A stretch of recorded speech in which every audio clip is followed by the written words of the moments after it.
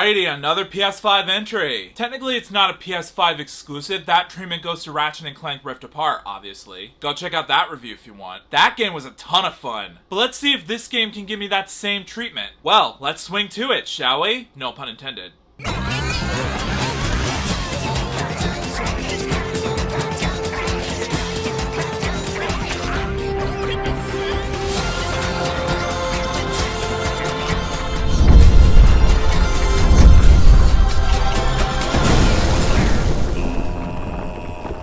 Yo, what is up, my Cinedroids? G to the S here. Today, I'm going to be reviewing the spin-off sequel to the 2018 original, Spider-Man Miles Morales. About Miles himself, played again by Nadji Jeter, who, having gained spider-like powers himself since the end of the last game, looks to become the newest web-slinger in New York City, under the guidance of his mentor, Peter Parker. Played once again by Yuri Lowenthal, my man! A year later, after his training with Peter is complete, Miles has fully integrated himself in the black and red suit as an experienced Spider-Man, while defending his new home in Harlem and the rest of New York City from a gang war between the energy corporation Roxxon and a high-tech criminal army known as the Underground, led by the Tinkerer. Spoiler alert, she's played by Jasmine Savoy Brown. Peter tells Miles that he has to be like his late father and walk on the path with becoming a hero for the city of Manhattan. Now, first off, again, just like with Ratchet and Clank Rift Apart before this, Insomniac does it again with the graphics when it comes to both the gameplay and the cutscenes. They look phenomenal. Even when I set this game to performance mode in 60 frames per second, which does include the ray tracing, where you get to see the reflections and the lighting of the buildings. Whenever I get to web sling around Manhattan, it looks insane. I gotta give kudos and credit to the people at Insomniac Studios for their hard work and dedication to the amount of gameplay graphics and mocap animation. Even when it comes to the in-game cinematography whenever I get to swing around New York. When I'm fighting enemies, which I'll discuss the game's use of action sequences in a moment, and when I'm chasing them around the city to progress the story. It looks just as good, if not, no pun intended, as amazing as it did in the last game, which I did notice that they remastered it on the PS5, which I will play on my gaming channel sooner than later, so make sure you stick around for that. But still, my point is the graphics on the PS5 look even better than the PS4. Great job. Let's hope you keep up that streak with your upcoming Spider-Man game, coming out in a year and a half from now. Cannot wait to play it. And speaking of gameplay, the controls as well as the haptic feedback on the controller itself, just like with Ratchet and Clank, feels so responsive and smooth at the same time. So far, I think the PS5 might just be the definitive release that I've been waiting for. I have yet to find any problems with it. Keep up that streak, Sony. Even in terms of the game's use of action sequences. Whenever I'm beating up bad guys, the raft escapees, Roxxon soldiers, and even the criminals of the Underground. Again, when it comes to the haptic feedback, in terms of execution, it feels so smooth and fun to play. Props to Insomniac for bringing back the same familiar fight mechanics from the last game into this one, but also incorporating little snippets of originality to Miles' new powers, which I won't spoil what they are. You're just gonna have to play the game for yourself to find out what I'm talking about. But still, great job overall. Let's see if you can keep this up from here. Now, I do like the story in this one a lot. I mean, it's much shorter than the last game, but this is a spin-off. It's not supposed to be like a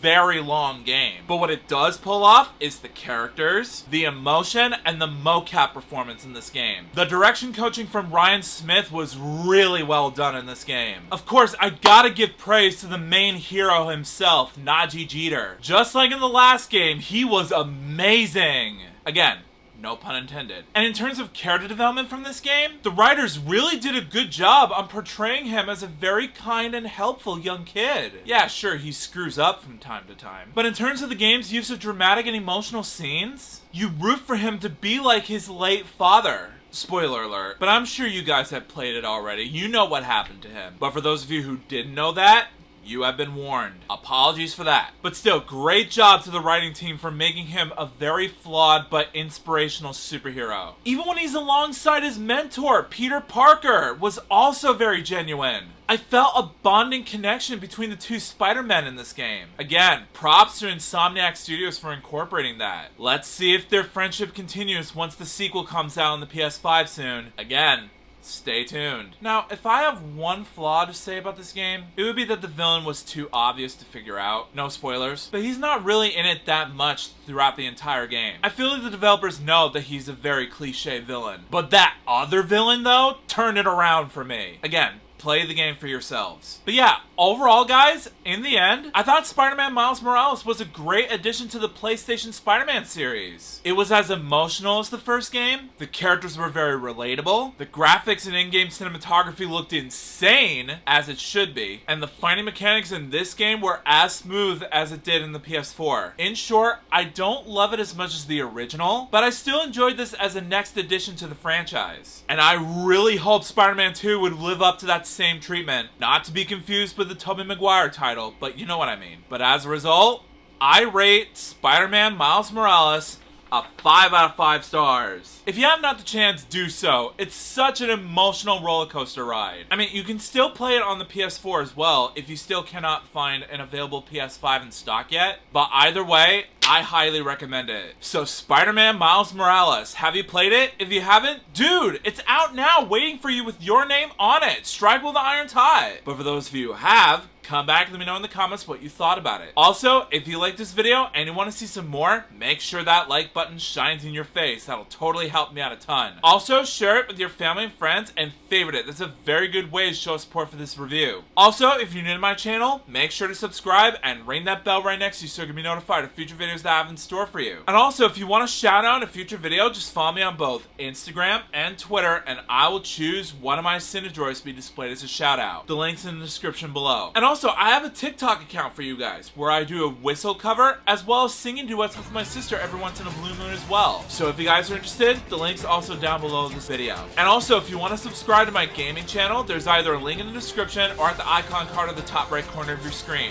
Go over there, subscribe, and let's have fun together. But until then, I'll see you next time. Peace out.